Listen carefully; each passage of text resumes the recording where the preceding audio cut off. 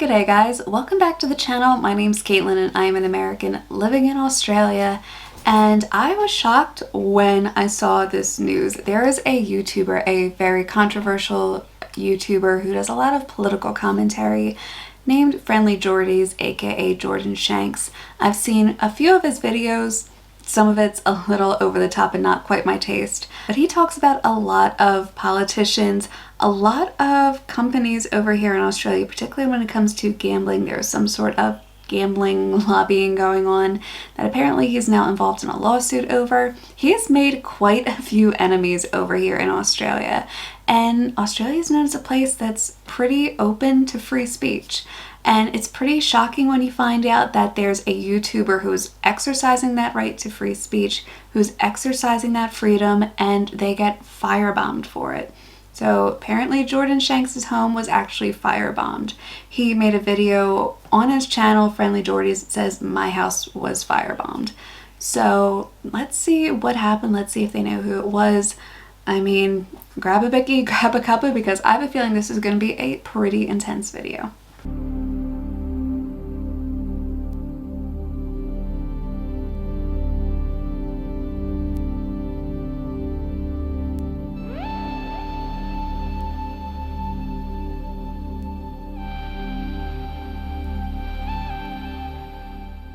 So just starting off, it seems like either one of two things happening here. Either there's a serial arsonist going around, or somebody was intentionally trying to firebomb his home and realized they firebombed the wrong house, that it was actually his neighbor, and then went back and firebombed his house. Maybe it was the next night, maybe it was a couple days later, but that's insane. That is unbelievable that something like this is happening here.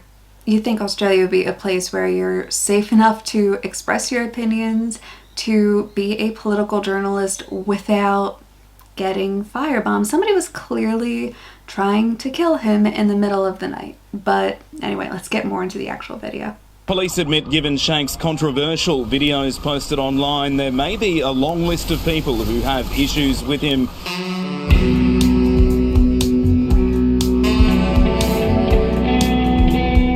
Obviously, we've done some extremely dangerous reporting over the last year, I suppose, of a bunch of extremely powerful people and corporations. There is many people that would want to do that. I obviously can't say who I suspect it is, but I do have like a short list in my head of who I think would have done it. I would hope that the New South Wales strike force that is supposedly set up for fixated people and terrorists would be looking into this instead of a comedian and his team for 6 months straight at the whim of a previous premier that all of you defended for his last 10 years. And then when he came out, and even after all the New York stuff, you're still sitting there defending him now. I saw all of your articles today where you all wrote all of the same little narrative that you write every time. I would hope that you would put just as much attention on the fact that that happened as you have on trying to assassinate my character over the last year. Thanks for your time. Did something happen? Ooh, the anger, not even just of what happened, but the anger towards the media. I'm not entirely sure what he's talking about when he's talking about the premiere and New York. I don't really follow Australian politics, but there's so much animosity, there's so much tension. I can't imagine what it would be like to be in his shoes, to be in this position, to know that somebody had firebombed your house in the middle of the night, probably hoping that you were home, or at least thinking that you were home. Basically trying to kill you and anybody else who was living in the house in your sleep. Coming back and seeing that, that has to be just a roller coaster of emotions. You can feel like the anger is just radiating off of him, and clearly he is pretty angry at the journalists who are interviewing him as well. I don't know exactly what the tension is. Clearly, when you have more independent journalists compared to mainstream journalists, there's going to be some tension, especially if those mainstream journalists are attacking somebody's character, if they are going after somebody personally, which seems to be the case here, but I'm not too familiar with Friendly Jordies' work, what he does as far as his political commentary. I know he does lean more towards Labor than he does Liberal typically, but he does seem to be pretty thorough in his investigations, and that has gotten him into quite a bit of hot water with a few really heavy hitters in the country, a few very rich people in the country. So I can imagine there's quite a list of people who would have done this, and you can feel how angry he is in these videos. Here a week ago, Jordan? Someone has clearly just tried to kill Jordan Shanks. He's extremely upset. It's not something he can make a gag about, you know. And as he said, the list of suspects is considerable. It makes one ponder. But also, to give him due, give him some credit for the work he's done, for this extraordinary array of stories that he's brought against the most powerful people in New South Wales and some of its most powerful corporations. And also, he's also facing jail on a private criminal prosecution by Clubs New South Wales. This is out of control. This man is one of the best journalists in the state, as far as I'm concerned. Yes, he's got character faults that people like to point on, but no one has the record that he has for doing some hard-hitting journalism. And this is his payday. Someone's trying to kill him, and another corporation's trying to put him in jail. It's got to end, but all power to Jordan Shanks. What happened here last week? Is this the second time he's been It's the second time. It's the second time. What happened last week? There was an attempted... Excuse me 1 second, folks. I'll just speak, gentlemen. Well, that was not fun at all. Went home, and there is just an absolute pack of hyenas, the scrum, the sheer opportunistic interest in their eyes. That's a pretty good way to describe reporters that are like that. How many of them want to get that one quote, that one line, that one little scoop into the story that nobody else does? I honestly think hyenas is probably the perfect way to describe people that are like that in that sort of situation.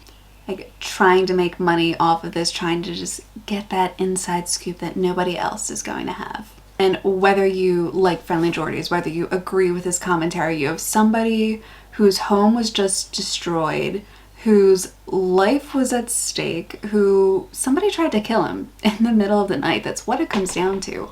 And even if they knew that he was away and wasn't at home, what if there was somebody there who was house sitting? What if he had had a friend or a family member staying over to watch the house while he was away doing whatever he was doing? Imagine what that would have been like, the guilt if somebody had died in this. Like, it's unbelievable. It has to be so overwhelming to be in this situation. It doesn't matter how much you hate somebody who supports a certain political party. It doesn't matter how much you hate a journalist for their media investigations. Australia is supposed to be a place with freedom of speech. It's not a place where you should be worried about your house getting firebombed while you're asleep in the middle of the night. No empathy whatsoever. Absolute scumbags. It's always the same pattern. If you're a member of the press, you are always an absolute unthinking goblin. And then I pushed my way past that scrum, which I do like because that is something that I've always wanted to do in my entire life, is just go past the press back being like, out of my way, you filthy vultures. And they did do the kind of like birds flapping away when they go past a wildebeest and they're like, ah, just move past. And then I go and say to the cops, and I wish that I could have said it to the fireys, but they come up and ask me later, but I just wanted to say thanks to them because look at them. Stoic public servants getting paid absolutely nothing, getting their budgets cut all the time by this filthy government that those rodents protect, and then they're sitting there, seeing if I'm okay, telling me what the damage was, saying, is there anything you need? And then I said, yeah, just go tell the firefighters that I said thanks. They actually wanted something other than their little scoop. Good for him. I mean, honestly, being a police and firefighter, dealing with something like that, seeing all that happen, I mean, they deal with like the scum of the earth some days, cops do, and they have it rough.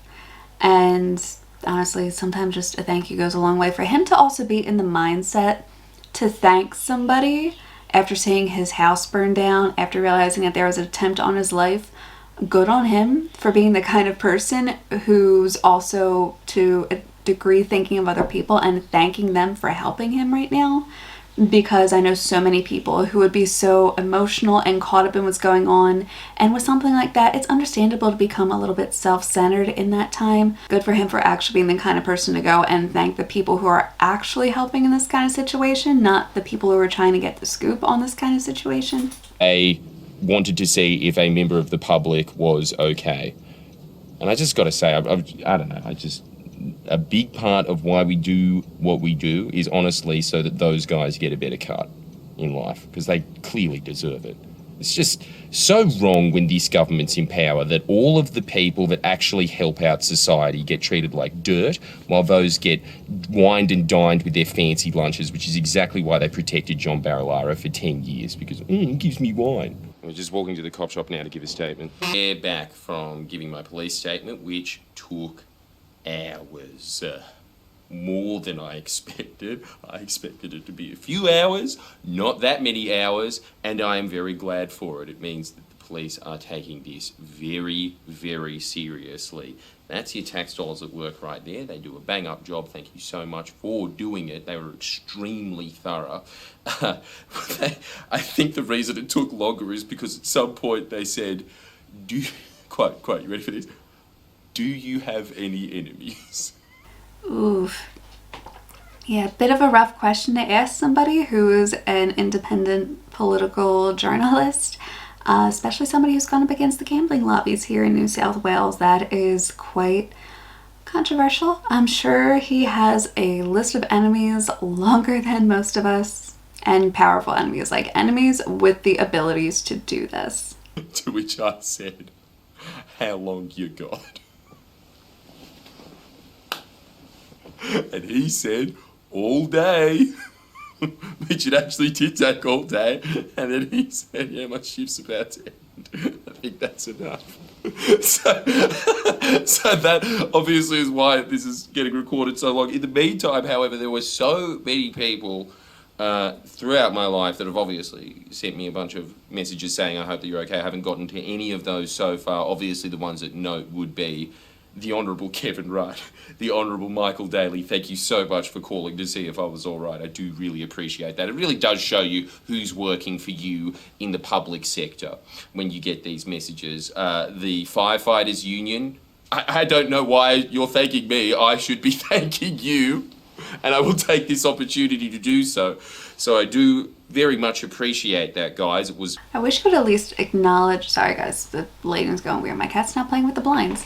So I wish you would at least acknowledge some level of, not quite celebrity status, but it is kind of like that. He has almost 700,000 subscribers on YouTube. He's pretty well known here in Australia. I wish he would at least acknowledge that, because let's face it, the average person was firebombed in a random arson. The police aren't going to post something like that on social media. The fire brigade is not going to post something like that on social media, so at least acknowledge that there's some level of celebrity there. People aren't going to get calls from their local MPs or from Kevin Rudd.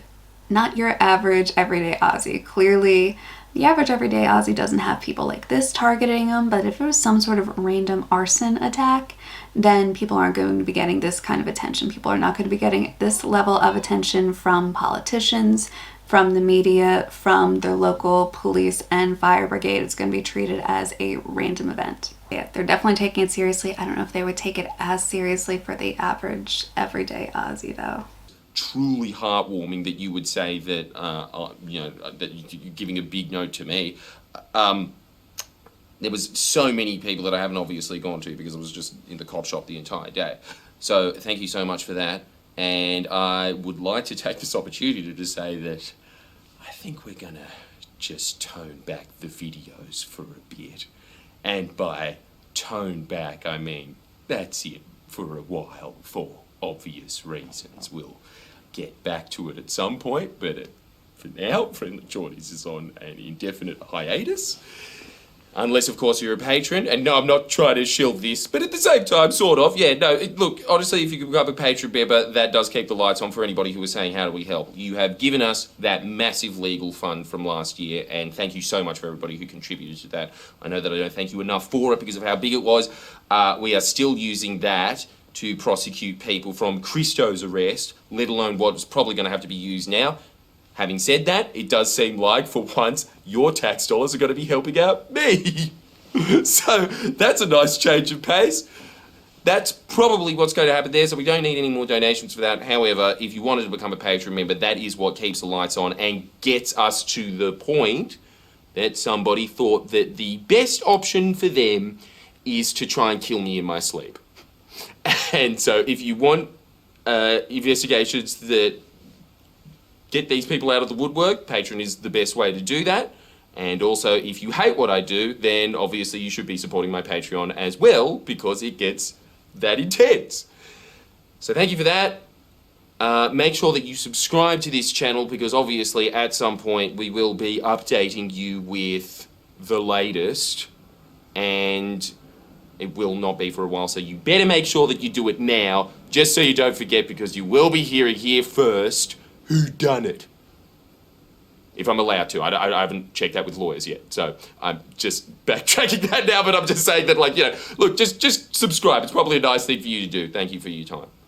And thanks to Clubs New South Wales for publishing your address in their court files, in their federal court files. I forgot about that. See, this is the I other thing. don't think we can call them that. Thank you. Wouldn't it be pretty easy to find somebody's address these days, though? I mean, it's not just in the court files. If you know somebody's first and last name and have a rough idea of where they live, you could probably limit where they're most likely located, especially unless their name's like really generic, like John Smith or something. It's probably going to be pretty easy to locate somebody's address. I don't know if people found it through the court files, but I have a feeling if they did, they probably wouldn't have firebombed the wrong house the first night. Just a little bit of speculation on my part. Who knows? I'm not too familiar with this case. I'm not too familiar with Friendly Geordies. I'm not too familiar with Clubs New South Wales, so I have no idea. But that is scary, that somebody could be living in Australia and run into that threat that if they speak out like this, they could be firebombed. Clearly, that is terrifying, that somebody could firebomb your house in the middle of the night like that. Clearly, he's made some pretty major enemies over the years, but I wish the best to him. Nobody deserves that, especially for exercising their freedom of speech, regardless of whether or not you agree with him politically. So yeah, I will link this video, as I do always, in my description down below. If you want to donate, hop over to his page, do your thing. But I'm not going to sit there and endorse supporting somebody who I don't really know all that well. So I'm not going to sit here and say, oh, go over and donate. I don't know Friendly Geordies. I don't really know his politics. I don't really know his videos all that well. So if you want to, if you choose to, the link to this video is down below, and he probably has all the stuff to donate linked on his actual page. But that is it for this video, you guys. I hope you liked it. If you did, hit the like and subscribe button down below. It really, really does help support me and help grow this channel, and I will see you guys in my next video.